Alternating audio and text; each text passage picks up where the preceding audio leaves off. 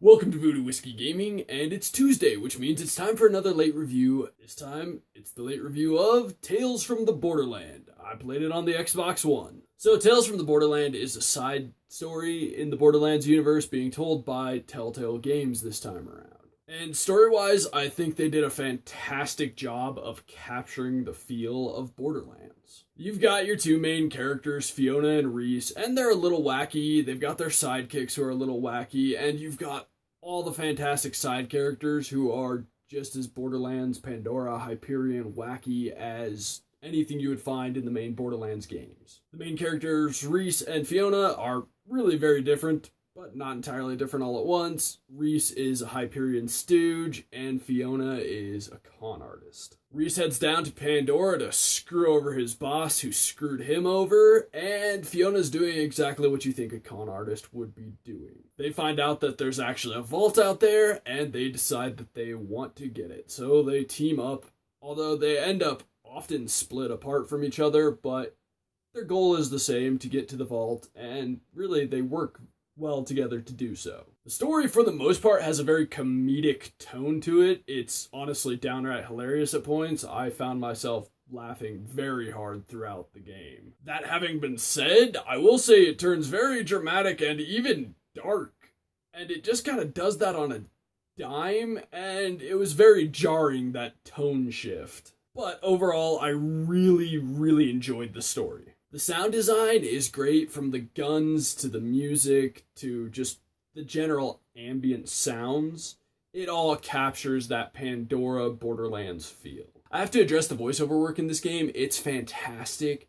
I mean, you have some amazing talent, and like I've said in the past, while voiceover work isn't necessarily the most important thing, it really does aid the storytelling when it's great. In a Telltale game, that's super important because they're almost just interactive movies, you know? So it's super important to have great voiceover actors. And in this case, just to name a few, they've got Laura Bailey, who is basically the female voice in almost every video game ever. You've got Nolan North and Troy Baker as well.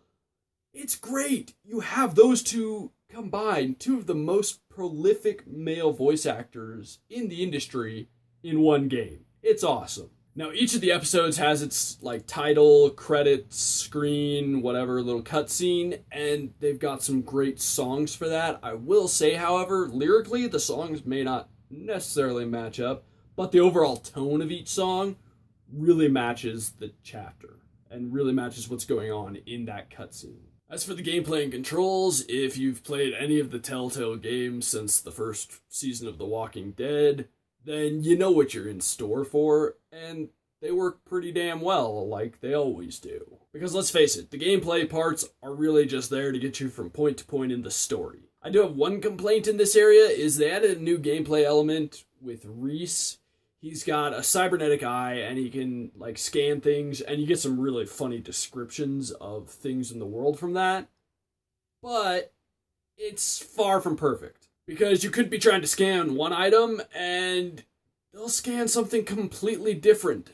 It's fairly obnoxious when that happens. But it doesn't ruin the game or anything. Like all of these Telltale games, there is just a crap ton of QuickTime events, and I have to address that a little bit later. As for the graphics, honestly, I think they look a little bit better than the previous Borderlands games, simply because there's a lot more detail in the characters. Other than that, they do everything they can, the cell shading and just similar design, to capture the feel of Borderlands, to make the characters that they add fit into the world, and that's great. It's awesome, what can I say? Now, I have two pretty slightly major complaints with this game. The first problem is an Xbox problem, and it specifically has to do with the achievements. When you get an achievement, that message pops up, and it will block your dialogue options.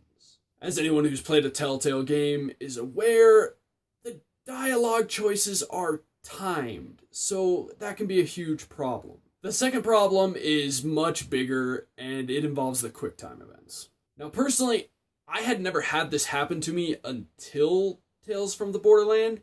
I had a buddy who was playing through The Wolf Among Us, and he bitched and moaned to me about this problem. And specifically, it's when there's a lot of action on screen, the game kind of lags. That's really the best way I have to describe it, and it's a huge pain in the ass, especially in the final chapter of Tales from the Borderland. There's just a crap ton of QuickTime events, there's a crap ton of action on the screen, so it really starts to chug. It slows way down, and it starts to become a huge problem. I mean, it was getting to the point where it made playing it kind of miserable, bordering on unplayable. Okay, so those are my two major complaints, and yes, that last one is really, really major. But that aside, I'm gonna wrap this up and say that if you're a big fan of Telltale games, or the Borderland games, it's worth buying, but at a sale price.